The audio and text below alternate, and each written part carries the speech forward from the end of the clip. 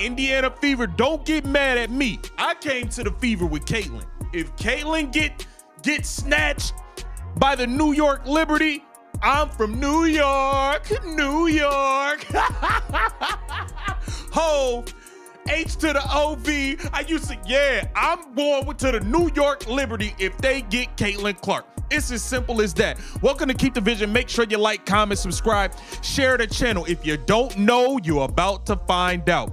Something's not right in Indiana. Caitlin Clark, the face of women's basketball's new era, was supposed to thrive, but instead, she's sitting on the bench in tears, sidelined with yet another injury, while her coach shrugs it off like it's no big deal. Meanwhile, in the shadows of Brooklyn's Barclays Center, Clark is spotted deep in conversation with New York Liberty Stars and their head coach. Coincidence? Maybe. But in professional sports, timing is everything. Let's be real. When your franchise player is breaking down physically and mentally, and the most promising alternative just happens to be circling like a shark in the water, that's not just bad luck, that's a problem. So here's the question no one wants to ask out loud. Is Caitlin Clark already planning her escape from Indiana? Because if you've been paying attention, the signs are everywhere, and what's coming next might just change everything. We have just seen the New York Liberty players after the game meeting up with Caitlin Clark. It is Stewie, it is Sabrina Ionescu, there is Sandy Brondolo. And by the way, Stewie is not leaving New York the rest of her career. That is one thing that I will be 99% sure of.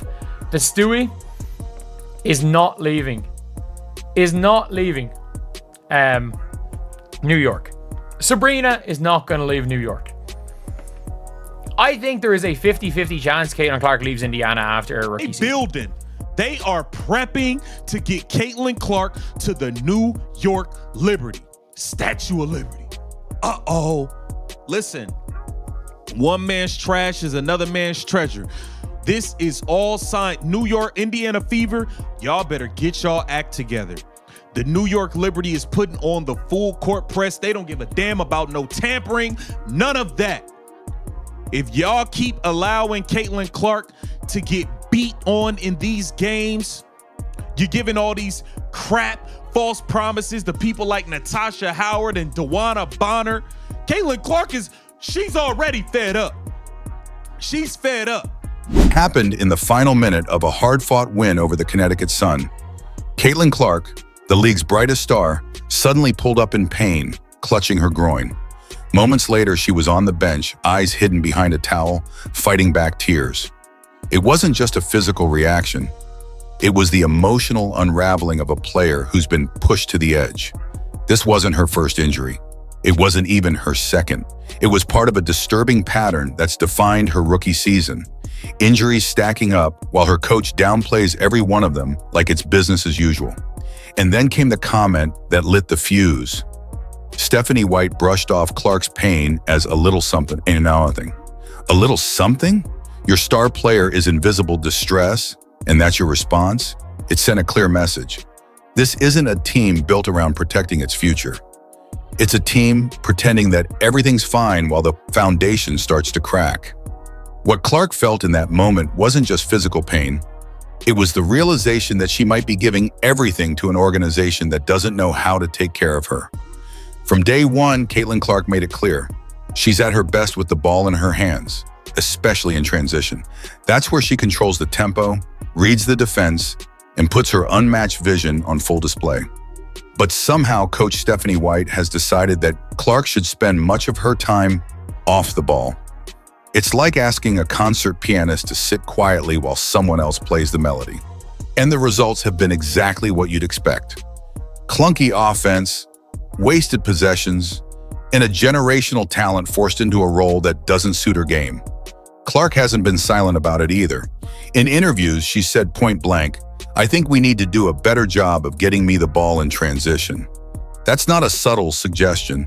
That's a direct call for change. But White hasn't listened. She's stuck on a system that prioritizes structure over instinct, even if it means sidelining her most valuable weapon. The message being sent, it's not about what works for Caitlin, it's about what works for the system.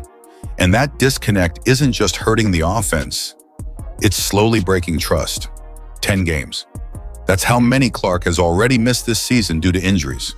Groin strains, a quad issue, and now recurring setbacks that just won't go away.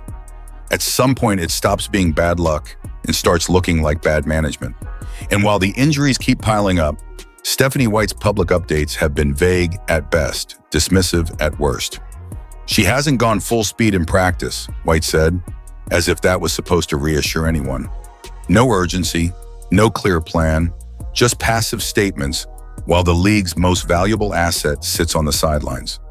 The troubling part isn't just that Clark is injured, it's how casually the team seems to treat it.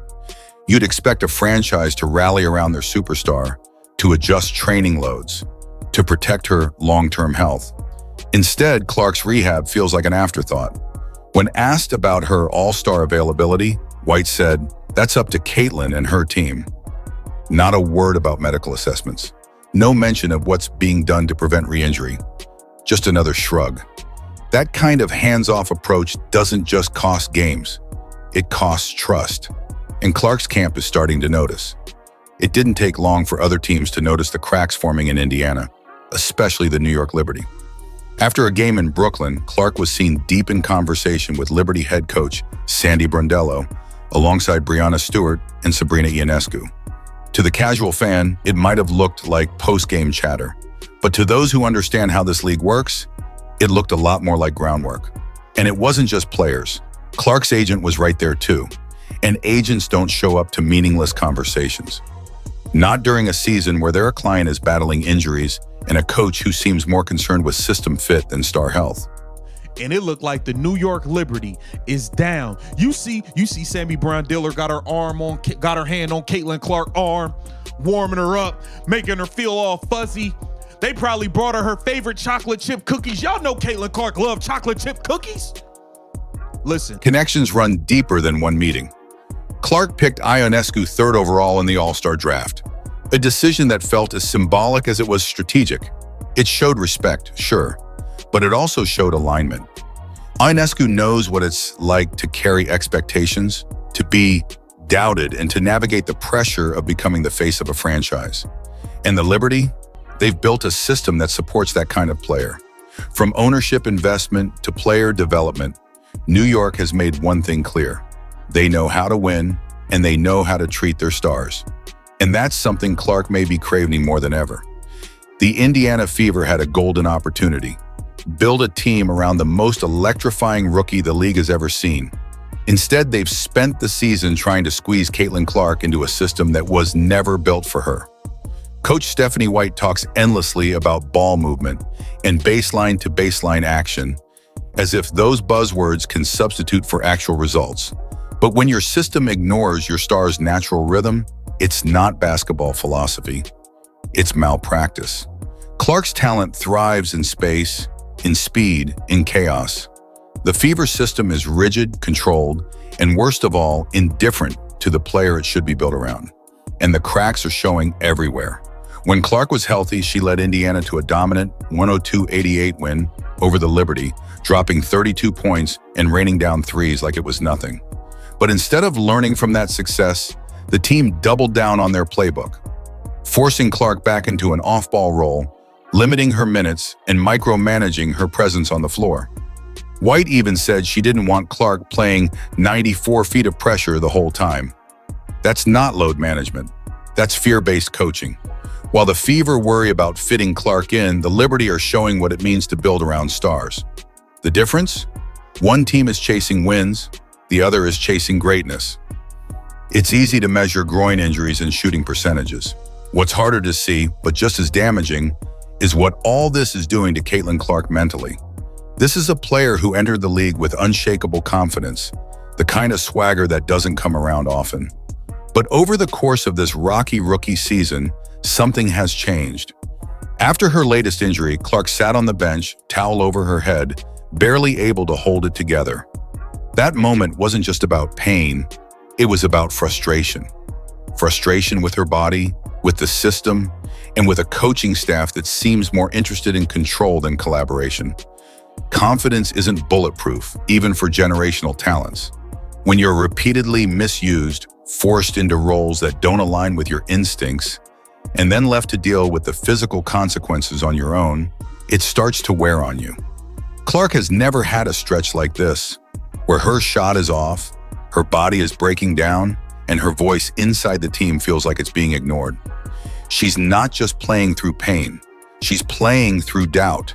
And that kind of mental toll doesn't just affect performance, it changes careers. If Indiana isn't careful, they won't just lose a few games, they'll lose the very player they should be building everything around. In the world of professional sports, emotions make headlines, but business makes decisions. Caitlin Clark's camp knows that better than anyone. Her agent showing up to post-game conversations with Liberty players and their coach, that wasn't casual networking, that was positioning. No agent wastes time chatting with rival teams unless there's a reason. And when your client is the most marketable player in the league, with a growing list of injuries and a head coach who keeps missing the mark, you start exploring your options. Quietly, strategically, and that's exactly what seems to be happening here. The Liberty are no strangers to this game. They recently sold a minority stake at a record-shattering $450 million valuation, the highest ever for a women's sports franchise. That kind of move isn't just about dollars, it signals an organization that's ready to win now and build around stars. Compare that to Indiana, where the focus seems stuck on system over success, and it's clear why Clark's camp might be looking elsewhere. Because at the end of the day, this isn't just about loyalty or growing pains. This is about longevity, health, legacy, and making sure Caitlin Clark's career is managed with the care and vision it deserves. Time is running out for the Indiana Fever, and they don't even seem to realize it. Caitlin Clark may only be in her rookie season, but her impact is already bigger than the team, the league, and the system trying to contain her. Every decision the franchise makes, or doesn't make, is under a microscope. And right now that microscope is revealing a coach more committed to her playbook than her player, a system that's failing to evolve, and a future that's slipping through their fingers. The patience won't last forever. Not from Clark, not from her camp, not from the fans who expected more. The Liberty are watching, other teams are watching, and Clark is watching too. Not just the scoreboard, but how she's being treated, supported, and valued. What's being offered in Indiana is a rigid structure and a stubborn coach. What's waiting elsewhere? Championship potential, veteran leadership, a real plan for longevity. If the Fever continue down this path, they won't just be remembered as the team that failed to build around a star. They'll be remembered as the ones who let a generational talent walk away. And that kind of mistake, you don't get a second chance to fix. Caitlin Clark's future in Indiana isn't guaranteed.